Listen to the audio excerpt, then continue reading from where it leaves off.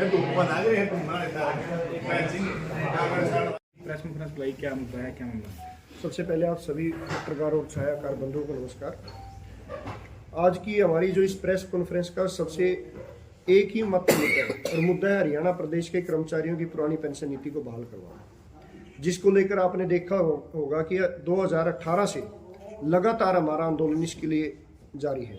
चाहे जिला स्तरीय प्रदर्शन हो, ब्लॉक स्तरीय प्रदर्शन हो, राज्य स्तरीय बड़ी रैलियाँ और राष्ट्रीय स्तरीय बड़ी रैलियाँ, हम लगातार इसके लिए आवाज़ उठा रहे हैं, सरकार से मांग कर रहे हैं कि हरियाणा प्रदेश के कर्मचारियों की 30 से 35 साल की सेवा का सम्मान करते हुए उनको उनकी सामाजिक सुरक्षा, जो पुरानी पेंशन 2004 में केंद्र सरकार द्वारा बंद की गई थी और 2006 में राज्य सरकार द्वारा, उसको पुनः लागू किया जाए।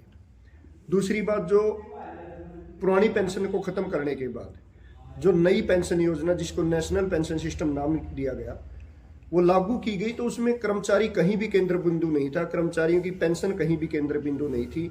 उसका मुख्य जो उद्देश्य था वो कर्मचारियों के वेतन का 10% और सरकार अपने खजाने से, जो आपका और आम जनता की टैक्स पेयर का पैसा है, टोटल 24% अमाउंट को शेयर बाजार और बड़े कॉरपोरेट्स में लगाने का काम करती है। तो उसका मुख्य उद्देश्य था कि किस तरह शेयर बाजार को बढ़ाया जाए, किस तरह बड़े बड़े पूंजीपतियों को लाभ पहुंचाने का उसमें काम किया जाता है। उसी के खिलाफ हमारा ये लगातार आंदोलन है। उसको लेकर हम जींद में 11 फरवरी को एक बड़ी रैली करने जा रहे हैं। इससे पहले आपने देखा होगा, इन्हीं दिनों पिछली साल 19 फरवरी को हमने पंचकुला में एक रैली की थी, जहां 70,000 से ज़्यादा कर्मचारी हमारे हरियाणा के एक छोर पर पहुंचे थे और मुख्यमंत्री आवास का घेराव करते हुए मुख्यमंत्री जी के इशारे पर प्रशासन द्वारा हमारे ऊपर लाठीचार्ज, आंसू गैस के गोले तक प्रयोग किए गए। उसके बावजूद भी हमारा आंदोलन जो कत्तो जारी है। सरकार ने कमेटी का गठन किया, लेकिन दुर्भाग्यपूर्ण है कि वो कमेटी सरकार ने सच्ची नीयत से लागू नहीं की और सरकार की कोई मंशा नहीं थी कि पुरानी पेंशन बहाल की जाए। 3 मार्च को एक मीटिंग होने के बाद दोबारा सरकार द्वारा कोई कमेटी की मीटिंग नहीं बुलाई गई। आज तक उस कमेटी की कोई रिपोर्ट नहीं आई, जिसको लेकर हरियाणा प्रदेश के तमाम कर्मचारियों अधिकारियों के अंदर रोष है और इसीलिए हम यहाँ पर अब जींद के अंदर रैली करने जा रहे हैं। और पंचकुला में जब हमारे 70,000 कर्मचारी पहुंचे, तो इस बार 1 लाख से ज़्यादा कर्मचारी, अधिकारी, उनके परिवार हमारे जींद में पहुंचेंगे। एकलव्य स्टेडियम में हमारी ये रैली होगी। कितने कर्मचारी हरियाणा के अंदर, और क्या मानते हैं आने वाले चुनाव में क्या फर्क पड़ेगा और क्या प्रभाव इसका रहेगा? देखिए, हरियाणा में हमारे अगर पुरानी पेंशन के कर्मचारी, नई पेंशन योजना वाले कर्मचारी, रिटायर्ड कर्मचारी सबको मिलाए तो हमारे 5.5 से 6 लाख कर्मचारियों का आंकड़ा बनता है और उनके परिवारों का आंकड़ा बनता है और बिल्कुल ये प्रभाव डालेगा। हिमाचल प्रदेश की तरह हमारा आंदोलन हरियाणा प्रदेश के अंदर पूरा मजबूत आंदोलन है।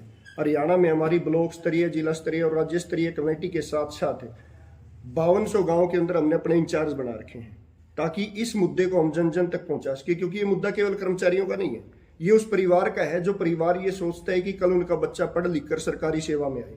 तो हर गरीब, किसान, मजदूर, छोटे दुकानदार, जितने भी वर्ग हैं, सबका ये मुद्दा है और उस जन जन तक हमने इस मुद्दे को पहुंचाने का काम किया। दूसरी बात, जब एक विधायक और सांसद को 1 दिन की सदस्यता के ऊपर पेंशन दी जा सकती है और जितनी बार भी वो चुने जाते हैं विधानसभा के लिए, लोकसभा, राज्यसभा के लिए, हर बार के लिए उनको अलग पेंशन का प्रावधान किया जा सकता है।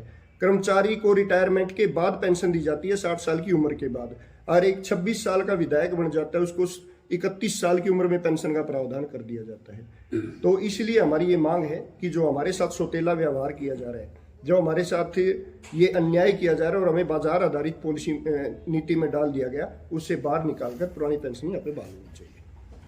राजस्थान में क्यों नहीं कामयाब हुआ आपका ये नारा? देखिए, हमारा आंदोलन है पुरानी पेंशन के लिए और हमारा आंदोलन कामयाब रहा। उस कामयाबी का ही कारण था कि वहां पे सरकार ने पुरानी पेंशन को बहाल किया। यही हमारा आंदोलन छत्तीसगढ़ में कामयाब हुआ, वहां की सरकार ने पुरानी पेंशन बहाल की। झारखंड की सरकार ने हमारे आंदोलन के बाद पुरानी पेंशन बहाल की। हिमाचल की सरकार ने हमारे आंदोलन की पुरानी पेंशन बहाल की। और जैसा कि मैंने बताया कि हरियाणा प्रदेश के अंदर हमने 5200 गाँव में भी हमारी कमेटियां खड़ी कर रखी हैं। हम जन जन तक इस मुद्दे को लेकर जा रहे हैं। इससे पहले एक हमने जन जागरूकता यात्रा निकाली थी, साइकिल यात्रा, जून की छुट्टियों में। उसमें सामाजिक संगठन, किसान संगठन, मजदूर संगठन, छात्र संगठन, सभी ने हमारा साथ देने का काम किया था और इस मुद्दे को हमने आम जनता तक पहुंचाने का काम किया। जो न्यू पेंशन स्कीम है उसके क्या एडवर्स इफेक्ट आए हैं कि वे कितनी पेंशन मिल रही है? देखिए, बिल्कुल अच्छा सवाल है आपका। आज जो हमारे कर्मचारी रिटायर हो रहे हैं 18 से 20 साल की सर्विस के बाद, बहुत सारे कर्मचारी सी और डी ग्रुप का जब हमारा कर्मचारी रिटायर हो रहा है तो उसकी 1200, 1400, 1700, 1800, 2000, 2500 पेंशन बन रही है। ए, बी और ए ग्रुप का हमारा कर्मचारी जो रिटायर हुए हैं कुछ, उनकी 5500, 5700, 5800 रुपये पेंशन बनी है। जहां हरियाणा प्रदेश के अंदर बुढ़ापा पेंशन आज 2750 रुपये है, सरकार 3031 रुपये करने का दावा कर रही है। उनकी गठबंधन सरकार में बैठे उप मुख्यमंत्री जननायक जनता पार्टी 5100 रुपये का दावा कर चुकी है। बहुत सारी पार्टियां इसको 6000 करने का दावा कर रही है। वहां पर कर्मचारियों के साथ ये अन्याय है कि अगर वो रिटायर हो गया और उसकी 1500, 1600 न्यू पेंशन स्कीम में पेंशन लग जाती है तो बुढ़ापा पेंशन भी नहीं ले सकता। उसके साथ उसको मेडिकल की कोई फैसिलिटी नहीं मिलेगी, उसके साथ उसको डीए का कोई लाभ नहीं मिलेगा। तो हमारी ये सारी की सारी जो हमें लाभ दिए जाते थे वो छीन लिए गए। ये हमारे पास उदाहरण है बहुत सारे, ये मैं आपके सामने स्पष्ट उदाहरण है और सरकार के सामने रख चुके हैं, कमेटी के सामने रख चुके हैं। 948 रुपये पेंशन लगी है हमारे कर्मचारी की।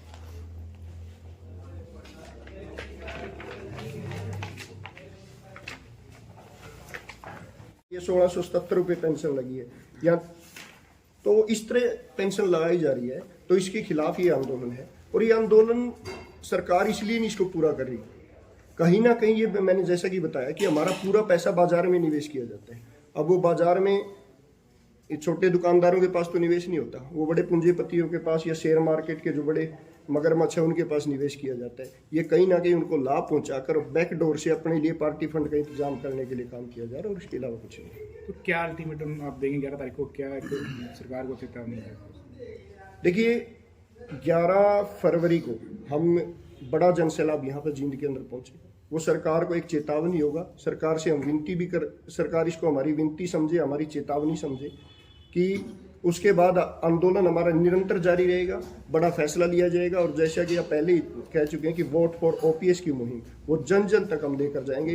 हर नागरिक से इसमें हमारा सहयोग मांगने का काम करेंगे, क्योंकि हर परिवार का मुद्दा है। हर परिवार चाहता है कि उनके बच्चे सरकारी सेवा में आए और उनको ये बेनिफिट्स मिले। प्रधान जी, चुनावी साल है, क्या इस साल में यदि कोई भी पार्टी आप लोगों को ये आश्वासन दे कि भाई हम आएंगे तो सत्ता में आएंगे तो मतलब हमारा ओपीएस शुरू कर देंगे, तो क्या आप लोग समर्थन देंगे उसको? देखिए, 2019 में जब मैंने कहा था 18 में हमने आंदोलन शुरू किया तो 2019 में ही जननायक जनता पार्टी उसी समय बनी थी। जींद में उस पार्टी की घोषणा की थी और उसे घोषणा करते हुए जननायक जनता पार्टी के प्रमुख जो आज प्रदेश के उप मुख्यमंत्री हैं, सरकार की अहम कड़ी हैं, जिनके सहारे पर सरकार चल रही है, उन्होंने वादा किया था कि हम पहली ही कैबिनेट मीटिंग में पुरानी पेंशन बहाल कर देंगे। लेकिन दुर्भाग्य की बात है कि जननायक ताऊ देवीलाल की नीतियों पर चलने का दावा करने वाले दुष्यंत चौटाला सरकार में आने के बाद हमसे मीटिंग तक करना उन्होंने जरूरी नहीं समझा। उसके बाद वो लगातार गुमराह करने वाले बयान देते रहे कि इसमें तो 4% का ही फर्क है एनपीएस और ओपीएस में। अगर 4% का फर्क है तो लागू कर दो भाई, किसने मना किया है? आपकी सरकार, आप हिस्सेदार हो। उन्होंने हमारे साथ वादा खिलाफी की। और अब भी बहुत सारी पार्टियां हैं जो विपक्षी सारे दलीय हमसे वादा कर रहे हैं कि पहली ही कैबिनेट में हम पुरानी पेंशन बहाल करेंगे। जब तक चुनाव आचार संहिता नहीं लग जाती, जब तक ये सरकार है, तब तक हमारा काम है इस सरकार से मांग करना और लगातार हम मांग करते रहेंगे। जैसे ही आचार संहिता लग जाती है और ये सरकार पुरानी पेंशन को बहाल नहीं करती, निश्चित तौर पर पेंशन बहाली संघर्ष समिति एक बड़ा फैसला लेगी और ये तय करेगी कि कौन सी पार्टी हमारे वादे को पूरा कर सकती है। हम उसका समर्थन, खुले तौर पर समर्थन करने तो का भी आपको काम कौन करेंगे। सी पार्टी पे भरोसा है कि वो अपना आश्वासन पूरा करेगी? देखिए सर, अभी तो हमारा जो मेन फोकस है इस सरकार से मांग को मनवाना है, उसकी तरफ अभी हमने विचार नहीं किया। वो विचार मैंने बताया कि जैसे ही चुनाव आचार संहिता लगेगी, निश्चित तौर पर हम पूरा मूल्यांकन करेंगे। दूसरी स्टेटों के अंदर किन्होंने लागू किया उसका भी मूल्यांकन करेंगे, यहाँ पर कौन सच्चा वादा कर रहा है उसका भी मूल्यांकन करेंगे। वो पूरा मूल्यांकन करने के बाद ही हम ये फैसला तो कांग्रेस ने किया है, किया है, बीजेपी तो करेगी। देखिए, मैं तो स्पष्ट कर चुका हूँ कि ये फैसला हमारा आचार संहिता के बाद होगा। अभी जल्दबाजी में कोई फैसला नहीं लिया जा सकता और सरकार के पास मौका है। सरकार क्यों जाने दे दूसरे के पास? मैं तो आपके चैनल के माध्यम से सरकार से कहना चाहूंगा कि ये मौका आपके पास है, आप क्यों जाने देना चाह रहे हो? आप पुरानी पेंशन बहाल करो, सारे कर्मचारियों का साथ लीजिए, सारे कर्मचारियों के वोट आपको मिलेंगे। तो सरकार के पास मौका है, सरकार को फैसला लेना है। ठीक है। धन्यवाद।